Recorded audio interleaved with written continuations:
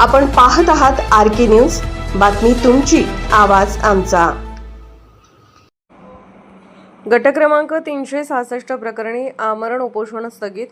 प्रशासनाच्या लेखी आश्वासनानंतर ग्रामस्थांचा निर्णय। 15 दिवसात चौकशी अहवाल सादर होणार। गट क्रमांक 366 मधील गायरान जमीन, धनगर समाजाला देण्यात आलेली जमीन तसेच विविध समाजाच्या स्मशानभूमी व दफनभूमीच्या हक्काच्या प्रश्नावरून सुरू असलेले आमरण उपोषण प्रशासनाकडून लेखी आश्वासन मिळाल्यानंतर सोमवारी स्थगित करण्यात आले। प्रशासनाने चौकशी समिती स्थापन करून 15 दिवसात अहवाल सादर करण्याचे आश्वासन दिल्याने ग्रामस्थांनी सकारात्मक भूमिका घेत आंदोलन तात्पुरते मागे घेतले। गट क्रमांक 366 संदर्भातील विविध आदेश रद्द करून संबंधित जमीन ग्रामपंचायतीच्या ताब्यात द्यावी व गावाच्या हक्काच्या जमिनीबाबत न्याय निर्णय घ्यावा या प्रमुख मागण्यांसाठी ग्रामस्थांनी 8 जून पासून ग्रामपंचायत कार्यालयासमोर आमरण उपोषण सुरू केले होते। या आंदोलनाला गावातील सर्व समाज घटकांचा उत्स्फूर्त पाठिंबा मिळाला होता।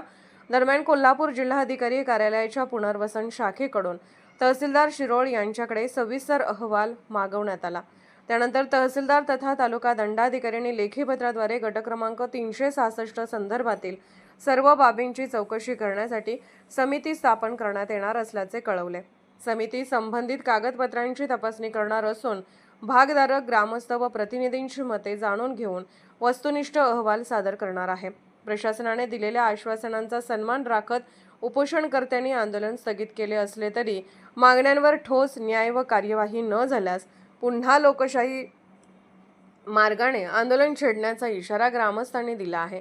आंदोलनाच्या काळात प्रशासनाशी सातत्याने पाठपुरावा करणाऱ्या शिष्टमंडळासह विविध सामाजिक संघटना, युवक, महिला आणि ज्येष्ठ नागरिकांचे योगदान महत्त्वपूर्ण ठरले।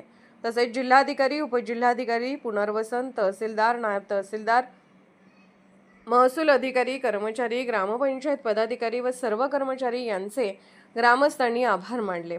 हा विजय कोणत्याही एका व्यक्तीचा नसून संपूर्ण चिपरी गावाच्या एकजुटीचा आहे। न्याय निर्णय होईपर्यंत पाठपुरावा सुरू राहील अशी भावना उपोषणकर्त्यांनी व्यक्त केली। RK न्यूज चॅनलला लाईक करा, शेअर करा आणि